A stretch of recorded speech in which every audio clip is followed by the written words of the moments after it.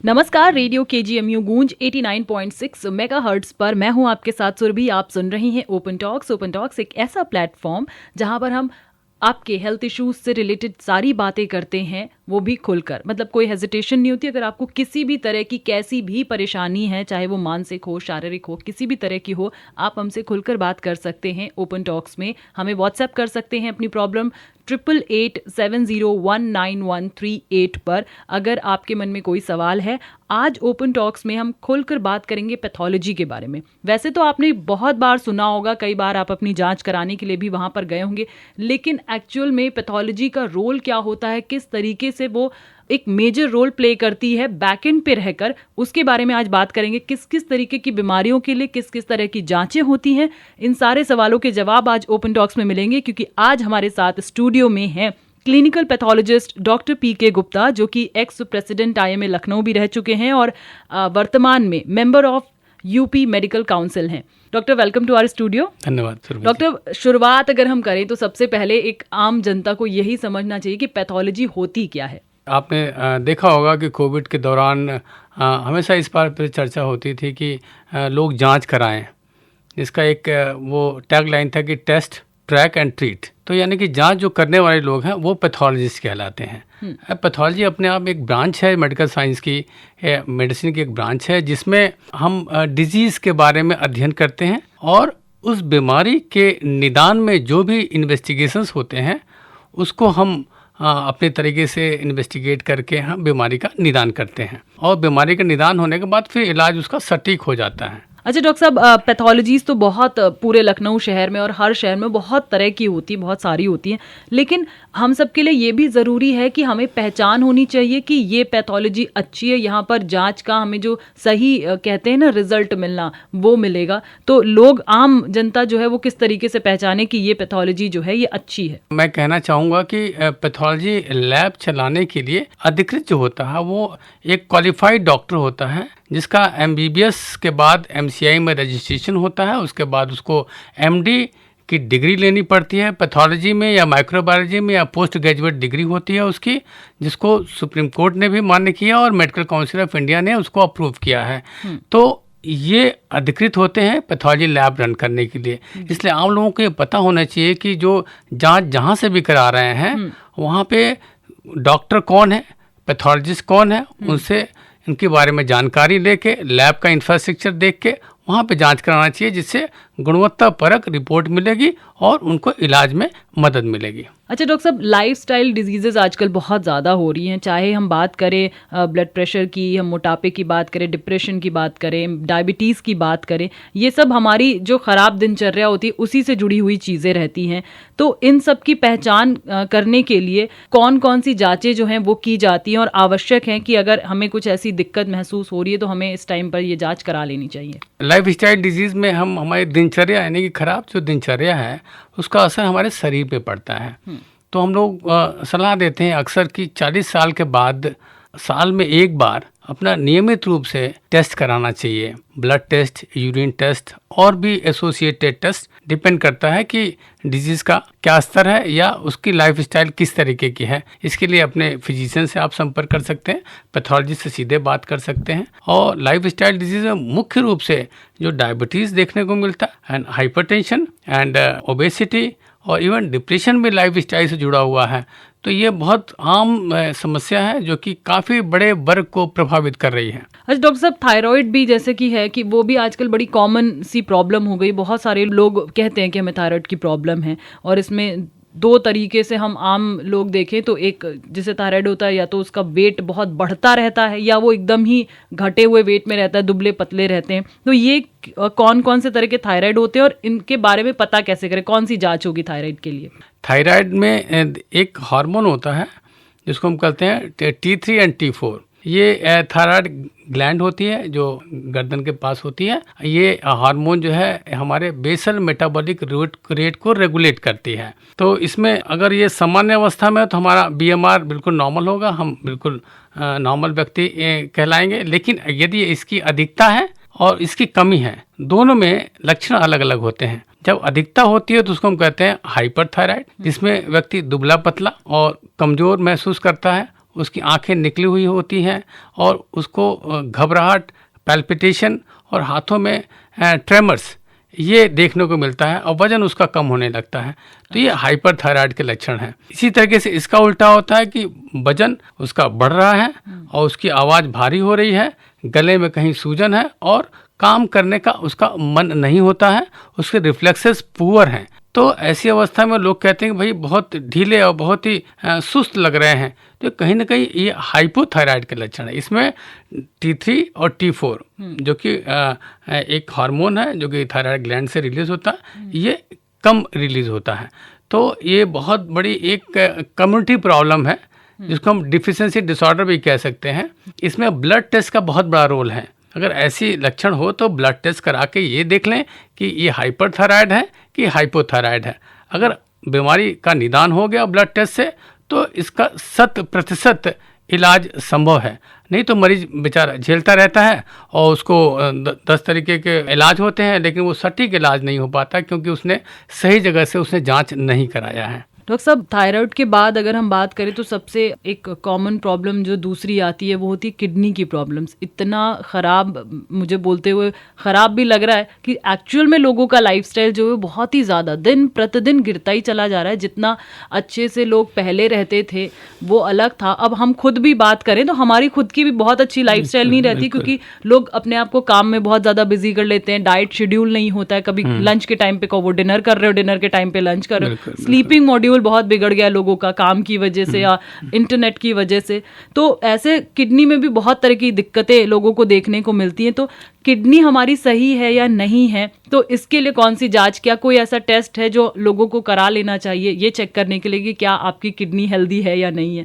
Kidney एक major organ है जो ब्लड को फिल्टर करता है और फिल्टर करके वो एक्सक्रीशन करता है यूरिन के रूप में। तो उसमें हमारा जो बॉडी का जो वेस्ट है वो निकलता रहता है। अगर किडनी प्रभावित हो गई तो समझिए कि बहुत बड़ी समस्या आपको हुई। तो इसको हम लोग बोलते हैं कि डिसऑर्डर पहले रूप में आता है, फिर वो डिजीज़ के रूप में आता है। डिजीज़ जब होता है उसको किडनी डिजीज़ बोलते हैं और डिसऑर्डर के रूप में कि शुरुआती दौर में हमको कहीं ना कहीं क्रिएटिनिन या यूरिन में प्रोटीन आने लगता है। तो इसको डिटेक्ट करने के लिए सबसे आसान उपाय है कि साल में एक बार आप टेस्ट कराइए, ब्लड टेस्ट और एक यूरिन की जाँच।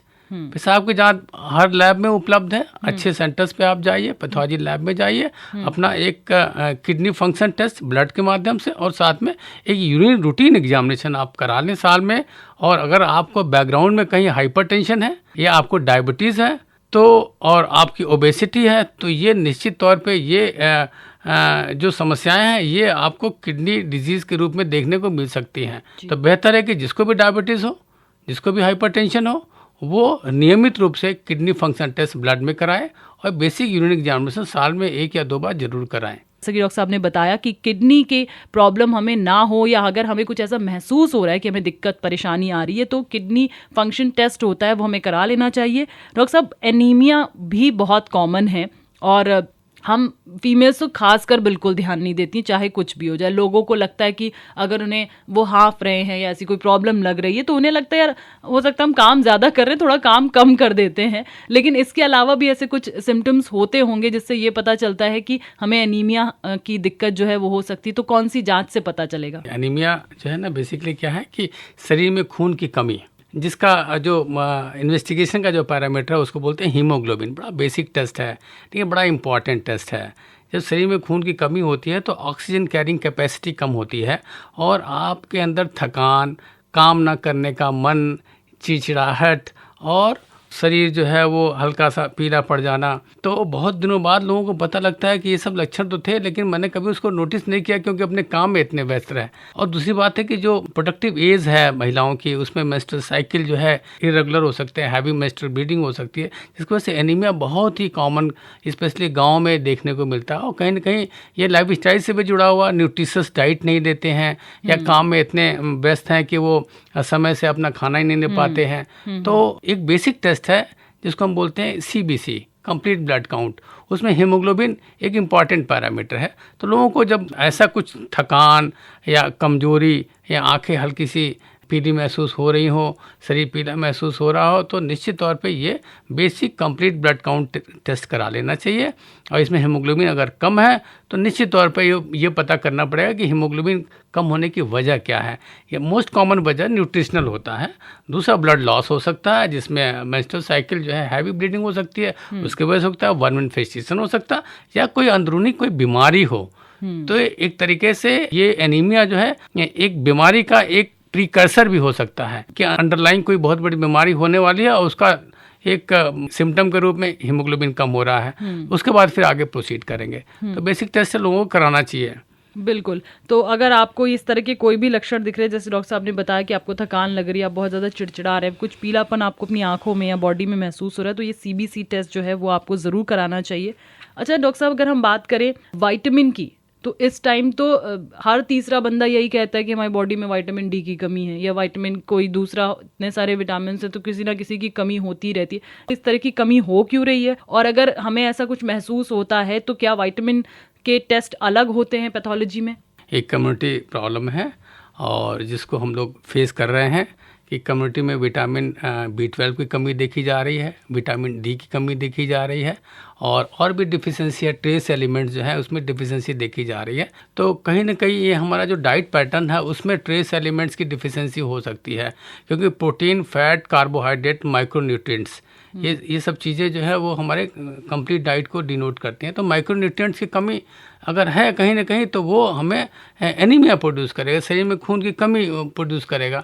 तो मोस्ट कॉमन इसमें एक ये भी है, आयरन डिफिशिएंसी के साथ साथ विटामिन B12 की कमी, जो शाकाहारी लोगों में बहुत सामान्य रूप से देखने को मिल रही है। तो जो भी शाकाहारी लोग हैं उनसे हम लोग कहते हैं, जब हम लोग कंसल्टेशन देते हैं तो कहते हैं कि भाई आप विटामिन B12 का टेस्ट कराइए। अगर विटामिन B12 कम है तो आप सप्लीमेंट ले सकते हैं और आप अपने आप को फील गुड कर सकते हैं कि B12 की कमी से क्या होता है कि मेगालोब्लास्टिक एनीमिया हो सकता है, न्यूरोपैथी हो सकती है, आपका जनरलाइज जो है मेंटल स्टेटस जो है वो इरिटेटिव हो सकता है। तो ये सब कुछ जो ना विटामिन B12 की कमी से देखने को मिलती है। इसी तरीके से एक दूसरा विटामिन है विटामिन डी, जो शहरी वर्ग में बहुत देखने को मिल रहा है, जो इंडोर रहते हैं। क्योंकि यूजुअली क्या है कि दिन भर हम अपने इंडोर काम करते हैं, एसी में रहते हैं, धूप के दर्शन नहीं होते हैं। ये तो लाइफ स्टाइल से भी जुड़ा हुआ है। बिल्कुल। सूर्य प्रधान देश है हिंदुस्तान, लेकिन हम सूर्य की रोशनी में अपने आप को बहुत कम समय के लिए एक्सपोज करते हैं।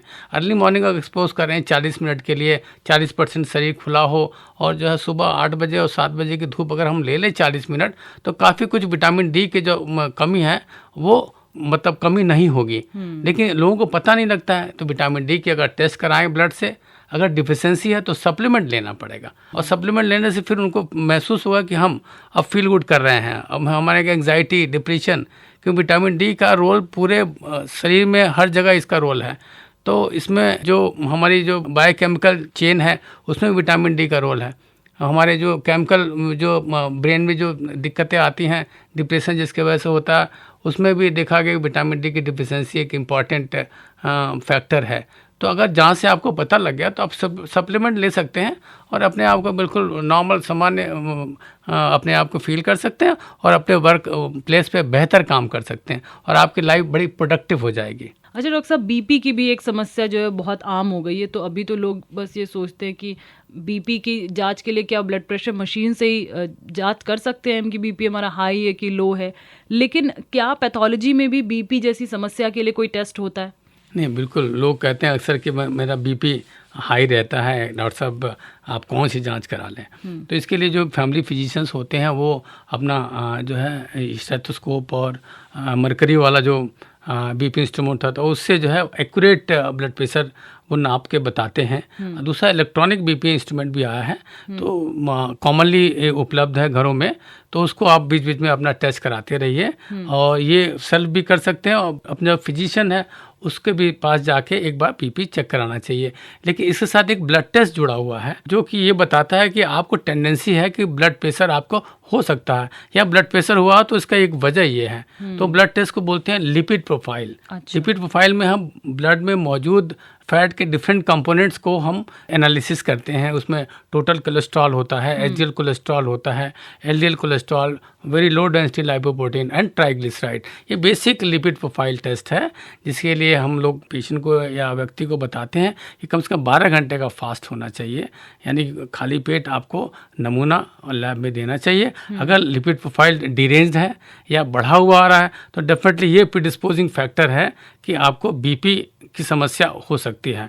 तो आप लिपिड लोअरिंग एजेंट्स एडवाइस करते हैं फिजिशियंस, प्लस अपने डाइट में आप मॉडिफिकेशन कीजिए, अपना बर्नआउट कीजिए, मतलब अपना फैट कम करने के लिए मॉर्निंग वॉक कीजिए, एक्सरसाइज कीजिए और तली भुनी चीज़ों को अवॉइड कीजिए, तो बीपी कंट्रोल में रहेगा। लेकिन इसके बावजूद भी अगर कंट्रोल में नहीं आ रहा तो BP is a silent killer, इसको इग्नोर नहीं करना चाहिए। अपने फिजिशियन के संपर्क में आइए, अपने पैथोलॉजिस्ट के संपर्क में रहिए और बीच बीच में टेस्ट कराते रहिए, और जो अगर दवा एडवाइस करते हैं तो आप जरूर लीजिए, बीच में छोड़िए नहीं। लेकिन कोशिश ये होनी चाहिए कि दवा की ज़रूरत ना पड़े, अपने लाइफस्टाइल से और साथ में अपने डाइट पैटर्न से आप बीपी को रेगुलेट कर सकते हैं, कंट्रोल कर सकते हैं। डॉक्टर साहब, अगर हम बात करें एक वेलनेस चेकअप की, अभी जैसे कि हम बात कर रहे थे कि ये अलग अलग तरह के टेस्ट तो होते ही रहते हैं, पर जैसे अगर कोई दिक्कत परेशानी नहीं है, ऐसे कोई सिम्टम्स भी किसी चीज़ में नज़र नहीं आ रहे किसी इंसान को, हेल्दी लाइफस्टाइल भी है या फिर हम कहें कि हम अच्छे से काम कर पा रहे हैं, ऐसी कोई दिक्कत नहीं है, पर फिर भी मन में कभी कभी एक चीज़ आती है कि एक रूटीन चेकअप जिसको हम बोलते हैं वो करा लेना चाहिए, क्योंकि भाई हम आम इंसान हैं, डॉक्टर तो है नहीं कि खुद की नब्ज पकड़ कर देख लें कि हमें ये दिक्कत है या नहीं।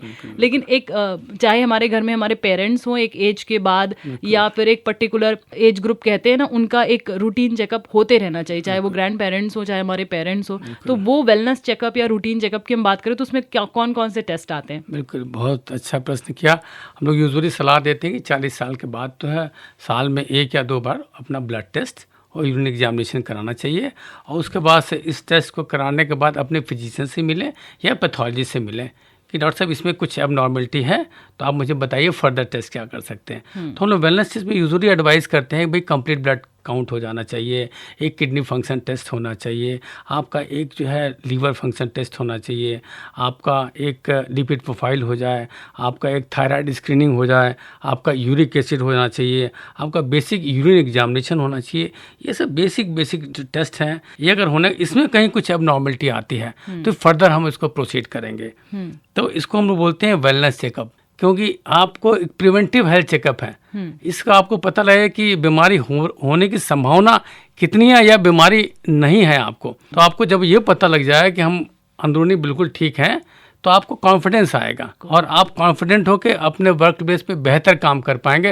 वरना लोग डरते हैं जांच कराने से, सोचते हैं अगर जांच कराएंगे तो कुछ बीमारी पकड़ में ना आ जाए। तो वो चीज़ें जब वो इलनेस में कन्वर्ट हो जाती हैं तो फिर आपकी मजबूरी हो जाती है, फिर आपको तो मजबूरी में टेस्ट कराना पड़ता है। तो बेहतर है कि आप मजबूरी में ना टेस्ट कराएं, आप खुश होकर, जैसे आपने गाड़ी की आप सर्विसिंग कराते हैं तो एक शरीर जो है एक तरीके से तंत्र है ना ये, तो इस तंत्र को आपको अच्छी तरीके से देखभाल करने के लिए इसका चेकअप कराते रहिए। और चेकअप कराएंगे तो अगर कुछ पकड़ में आ गया तो प्रिवेंटिव हेल्थ चेकअप के रूप में इसको लीजिए आप। जैसे गाड़ी की आप सर्विसिंग कराते हैं, गाड़ी की सर्विसिंग के पर्टिकुलर होते हैं, क्योंकि आप जानते हैं कि जब हाईवे पे मुझे जाना है, डेली वर्क प्लेस पे जाना है मुझे, और गाड़ी कहीं रास्ते में खराब हुई तो आपको बड़ी समस्या का सामना करना पड़ेगा। तो क्यों नहीं अपने शरीर को आप इस तरीके से देखते हैं। ये तो शरीर की बात हो गई, इस तरीके से मन की भी बात है। मन से भी आपको स्वस्थ रहना है, क्योंकि हेल्थ का डेफिनेशन है कि it is not merely in absence of disease, it is a physical, mental and social wellbeing. और नया एडिशन हो गया है स्पिरिचुअल वेलबींग। तो आप लोग मानसिक रूप से बहुत परेशान हैं, वही परेशान लोग ही जो है जांच नहीं कराते हैं, सोचते हैं कहीं कुछ निकल ना जाए। तो बेहतर है कि अपने छिपे हुए शत्रु को आप पहचानिए जांच के रूप में, और जांच करने वाले डॉक्टर पैथोलॉजिस्ट होते हैं, उनके आप संपर्क में रहिए। अपने पड़ोस के पैथोलॉजिस्ट जो कि कम्युनिटी पैथोलॉजिस्ट है उसके संपर्क में रहिए, एक फिजिशियन के संपर्क में रहिए। बेहतर है कि आप बीमारी ना पड़े, आप वेलनेस मोड में रहिए, don't be in a illness mode. तो एक अपना रूटीन चेकअप जो बोलते हैं वो आपको कराते रहना चाहिए। अगर आप 40 हैं या 40+ हैं आपके घर में कोई भी, तो साल में 2 बार तो ज़रूर कराना चाहिए। 6-6 महीने के अंतर पे आप एक चेकअप कराइए। हम तो है भी नहीं 40 के, फिर भी डॉक्टर साहब हमें लगता है कि अपना एक चेकअप जो है वो होता रहना चाहिए। हम तो डॉक्टर साहब से अभी डील करने वाले हैं। बहुत सारी चीज़ें क्लियर करने के बाद अब सवाल आता है कि डॉक्टर साहब कई बार हमारी बॉडी में पार्ट्स जो होते हैं, जो शरीर के अंग होते हैं, उनमें ना गांठें सी बनने लगती हैं। जब गांठ का नाम आता है तो इंसान के दिमाग में सबसे पहला सवाल आता है, क्या ये गांठ कैंसर तो नहीं है? क्योंकि सबसे पहली बीमारी वही लोगों के दिमाग में आती है, और जहाँ इसका नाम आता है तो फिर सब डरने लगते हैं। जैसा कि आपने बताया कि लोग डर के मारे टेस्ट नहीं कराते हैं। हर किसी की जो रिपोर्ट है जब वो नॉर्मल आती है, चाहे वो एग्जाम की हो या फिर ये बॉडी के टेस्ट की हो, तो वो नॉर्मल ही आनी चाहिए। डॉक्टर साहब, अगर हम इन गांठों की बात करें तो क्या हर गांठ जो है वो कैंसर होती है, और किस तरह की जाँचें होती हैं इसमें? नहीं, बिल्कुल हर गांठ कैंसर नहीं होता है, लेकिन किसी भी गांठ को जो है हल्के में नहीं लेना चाहिए, क्योंकि गांठ जो है हो सकता है वो कैंसरस हो, लेकिन ये भी संभावना है कि वो नॉन कैंसरस हो, जिसको हम बिनाइन ट्यूमर कहते हैं। तो उसके लिए जांच उपलब्ध है।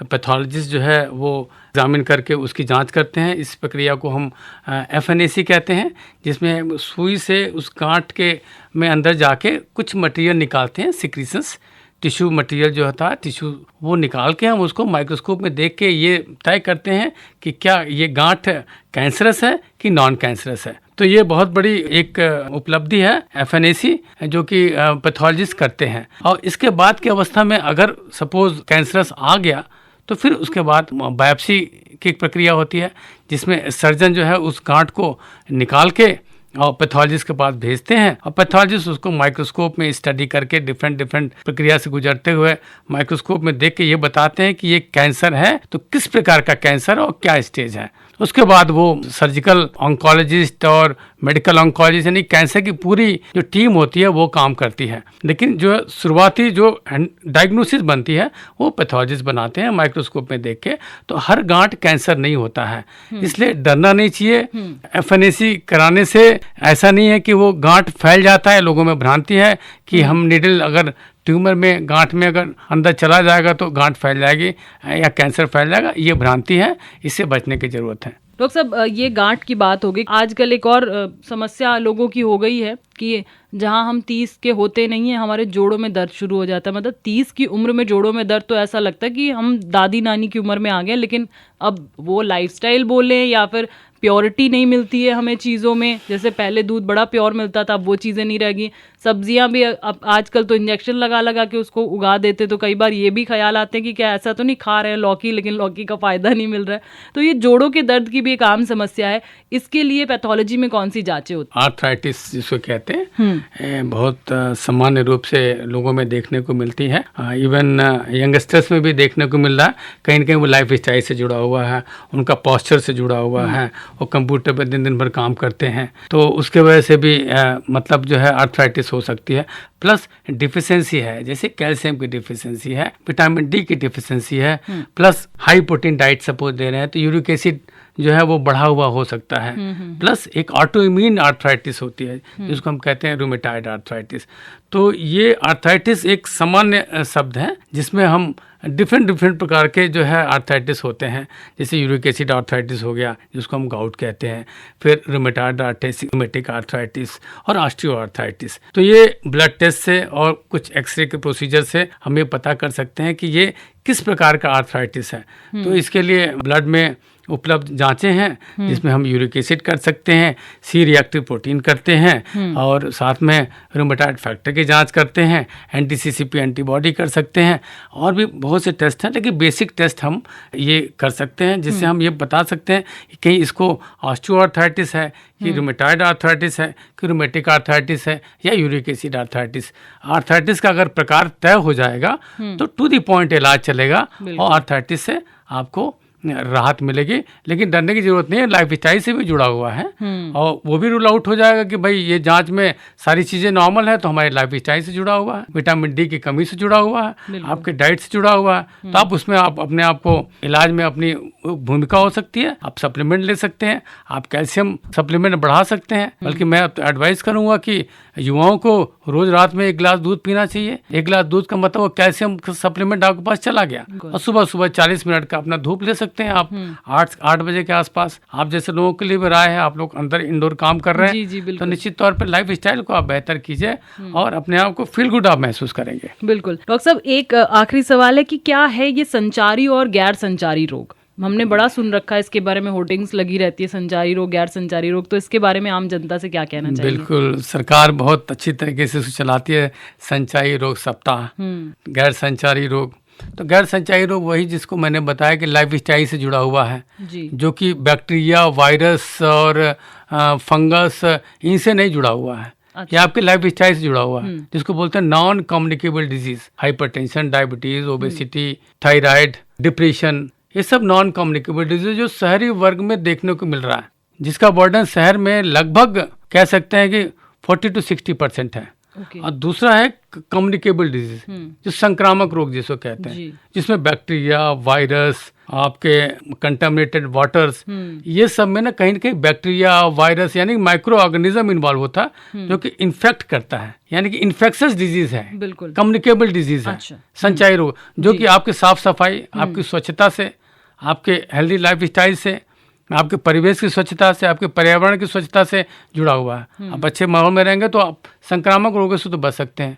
लेकिन दूसरा पहलू है कि नॉन कम्युनिकेबल डिजीज, वो आपके लाइफ स्टाइल से जुड़ा हुआ। तो सीधा सीधा कम्युनिकेबल डिजीज यानी कि संचारी रोग आपके स्वच्छता जो व्यक्तिगत और सार्वजनिक उससे जुड़ा हुआ है, और नॉन कम्युनिकेबल डिजीज आपके लाइफ स्टाइल से जुड़ा हुआ है। तो दोनों को एड्रेस करने की जरूरत है। पूरी बीमारी इन दो ग्रुप में है। Non communicable disease, cancer non communicable में आएगा, कोविड कम्युनिकेबल में आएगा। मोटा मोटा एक एग्जांपल, हाइपरटेंशन है वो नॉन कम्युनिकेबल में आएगा। और आपको डायरिया, डिसेंट्री आपने अक्सर देखा होगा, बच्चों में लूज मोशन हो रहे हैं जी, तो वो सब कम्युनिकेबल डिजीज है। कहीं ना कहीं बाहर का पानी पी लिया उन्होंने, गोलगप्पे खा लिए, या कुछ कंटामिनेटेड जो है बासी खाना खा लिया, तो वो कहीं ना कहीं शरीर को प्रभावित कर रहा, तो वो बैक्टीरिया, वायरस या जर्म्स गए शरीर में, उसने कम्युनिकेबल डिजीज पैदा कर दिया।